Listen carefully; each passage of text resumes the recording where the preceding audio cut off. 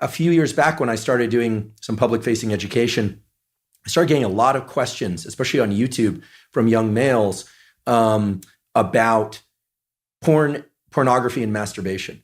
And this becomes very relevant here. We have to remember that this dopaminergic system is generalizable to many different behaviors, right? Academic pursuits, sports pursuits, relationship pursuits. But fundamentally, it was, again, I wasn't a consultant at the design phase, but fundamentally, it's tacked into the adaptive survival behaviors. And every species, including ours, has at least two major motivations, which is to protect its young and to make more of itself, to make more young at some level. People can opt out of that, but one of the absolutely pathologic situations for any animal or human is to be able to access repeated dopamine surges without effort or any pursuit that's self-directed or that's directed, I should say. So for instance, cocaine, a drug which potently increases dopamine, or methamphetamine, which potently increases methamphetamine, but doesn't require any sort of adaptive action pursuit except to acquire the drug and spend money on it. No sacrifice. So what ends up happening is the circuit that gets rewarded is only the drug-seeking behavior, and no other behavior will give the kind of potent dopamine release that cocaine or methamphetamine will, which is why they are so pernicious.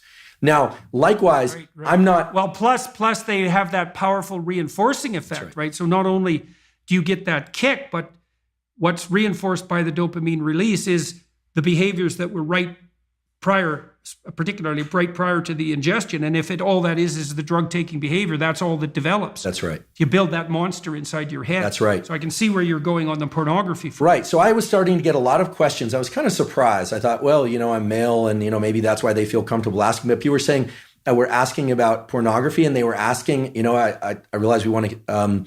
I'll just be direct about it. They were asking whether or not masturbation was bad. They were asking whether or not masturbation with ejaculation was particularly bad. And here's my stance on this. I'm a biologist and a neuroscientist, not a psychologist. But what we know for sure is that if an individual repeatedly engages in this circuitry, let's say masturbation and pornography with increasingly potent forms of stimulation that are on a screen, a couple of things happen. First of all, what's being reinforced? What's being reinforced is a high dopaminergic response to watching other people engage in sexual behavior, which is very different than being in a first-person sexual experience. Okay? So right there, that what's being reinforced is not actually any kind of improvement in communication skills. It's voyeurism.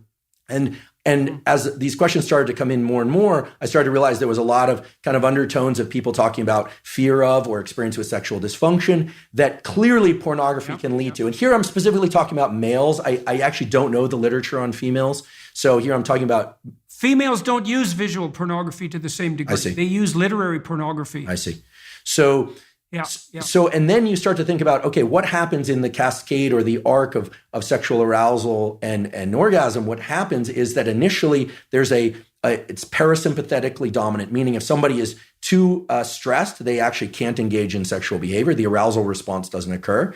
Erection is blunted, but the actual orgasm response and ejaculation is strongly associated with the so-called sympathetic nervous system, which has nothing to do with sympathy. It has everything to do with, it's a kind of a stress response. And then it reverses to a parasympathetic response.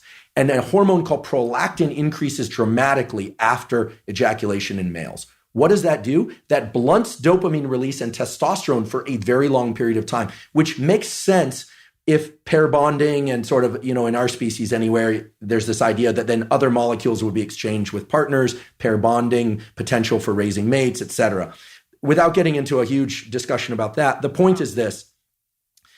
Masturbation and pornography are potently tapping into the dopamine system and can undermine the very processes of which I consider healthy processes of finding a mate, dating, communication, eventually, if it's appropriate, sexual interaction, et cetera. Like it's undermining pair bonding. And pair bonding. So here's a question. If you're seeking sexual release through pornography and you go through the whole cycle and you get a prolactin release, do you bond with yourself? So this is very interesting. The biology explains it as what's left there is a kind of an open loop, a kind of an emptiness, right? Because bonding with the self is a complicated notion. I mean, there's a healthy version of that, of course, loving oneself and self-referencing. And again, this is more far more your domain than mine in terms of what a healthy self-relation is.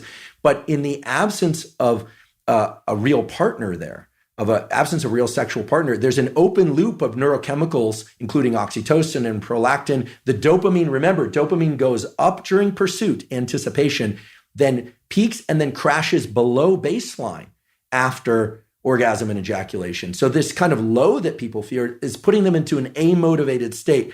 We can think of this, if I were to kind of expand on it, would be it's this kind of neurochemical, psychological equivalent of making your home environment filthy for a while, not actually putting you into this positive amplification of dopamine. So it depletes the dopamine system.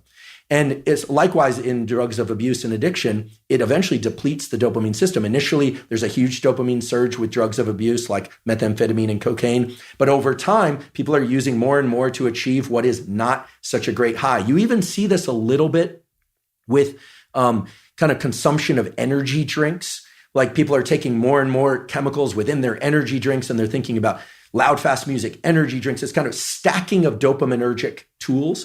Now, that's not as pathologic. In fact, there are some energy drinks I'll occasionally drink and I enjoy them. I don't think we need to be entirely afraid of pursuing or engaging in things that release dopamine. Obviously, healthy sexual behavior, food that we love, social engagement, all of these things can be dopaminergic. It's the big peaks in dopamine that are not associated with any prior effort or organization of self that are particularly dangerous for the human being. Yeah, well, you could see that's a cardinal danger of affluence. Then that's right. This is why the children of that's right. You cannot get rats addicted to cocaine if they live in their natural environments. Is that right? You can only get rats addicted to cocaine if they're isolated rats in a cage.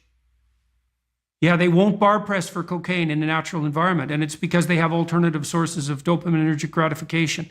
Very interesting. So, it's very interesting. Yeah, the children of very wealthy people who are overindulged, I've seen that many times, many times, and it is a very sad sight. Well, they're not optimally deprived, eh? And that issue of optimal deprivation, that's a killer issue for an affluent society. We're going to have to stop.